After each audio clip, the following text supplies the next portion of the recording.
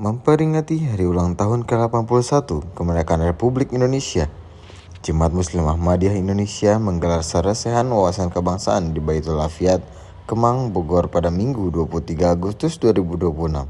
Sarasehan ini mengangkat tema penguatan wawasan kebangsaan, kecintaan terhadap tanah air, serta kontribusi nyata bagi persatuan dan kemajuan bangsa.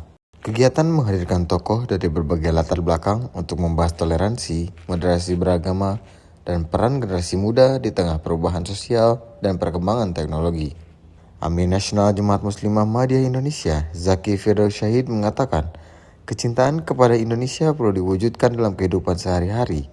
Menurutnya, setiap anggota jemaat memiliki tanggung jawab untuk menghadirkan nilai Islam yang membawa manfaat bagi lingkungan dan masyarakat. Pesan saya kepada para anggota Jemaat Muslim Ahmadiyah Indonesia, khususnya para generasi muda, jangan pernah lelah untuk mencintai Indonesia.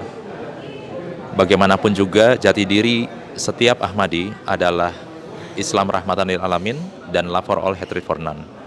Sehingga ini yang menjadi tanggung jawab kita untuk selalu menerjemahkan di dalam kehidupan kita sehari-hari sesuai dengan kapasitas kita masing-masing, Islam yang memberikan manfaat bagi lingkungan kita, bagi masyarakat dan bangsa kita.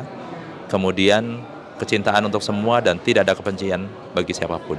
Dalam diskusi, Dedi Slamet Riyadi, Kepala Subdirektorat Bina Paham Keagamaan dan Penanganan Konflik Keagamaan Kementerian Agama Republik Indonesia, menyoroti perkembangan teknologi dan media sosial sebagai salah satu tantangan kerukunan generasi muda. Menurutnya, anak muda perlu memperkuat literasi agama dan wawasan kebangsaan agar mampu memahami keberagaman serta tidak mudah terpengaruh informasi yang belum teruji.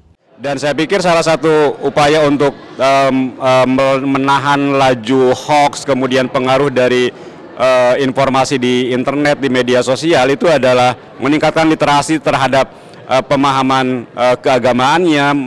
Mereka juga harus meningkatkan literasi mengenai kebangsaannya, wawasan kebangsaannya juga. Mereka harus tahu bahwa misalnya keragaman itu ada sebelum Indonesia merdeka, bahwa kelompok-kelompok agama itu ada sebelum Indonesia merdeka, bahwa berbagai macam aliran, keyakinan, agama, ras, suku, bangsa itu ada sebelum Indonesia merdeka, dan itulah yang kemudian membentuk Indonesia gitu. Jadi ketika mereka menyadari dan mengetahui keberagaman, keberbedaan, dan juga interaksi yang terbangun di antara kelompok masyarakat jauh di masa lalu sebelum Indonesia merdeka, kemudian bagaimana misalnya para founding fathers itu kemudian merumuskan konstitusi yang menjamin kebebasan beragama dan alasan-alasannya kenapa gitu.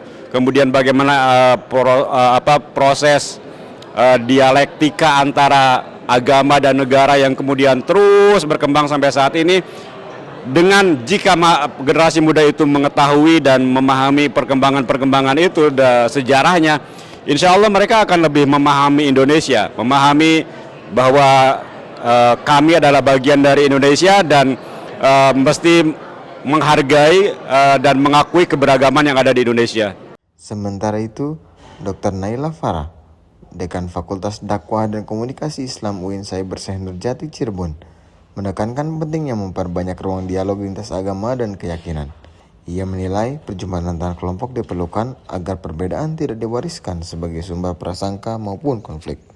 Seringnya diadakan ruang-ruang dialog antar agama, bahkan antar lintas iman atau antar aliran, supaya dosa warisan orang-orang tua itu tidak dilanjutkan oleh anak-anak generasi selanjutnya. Karena saya pribadi itu dosa warisan orang tua itu sangat berpengaruh terhadap anak-anak atau generasi selanjutnya.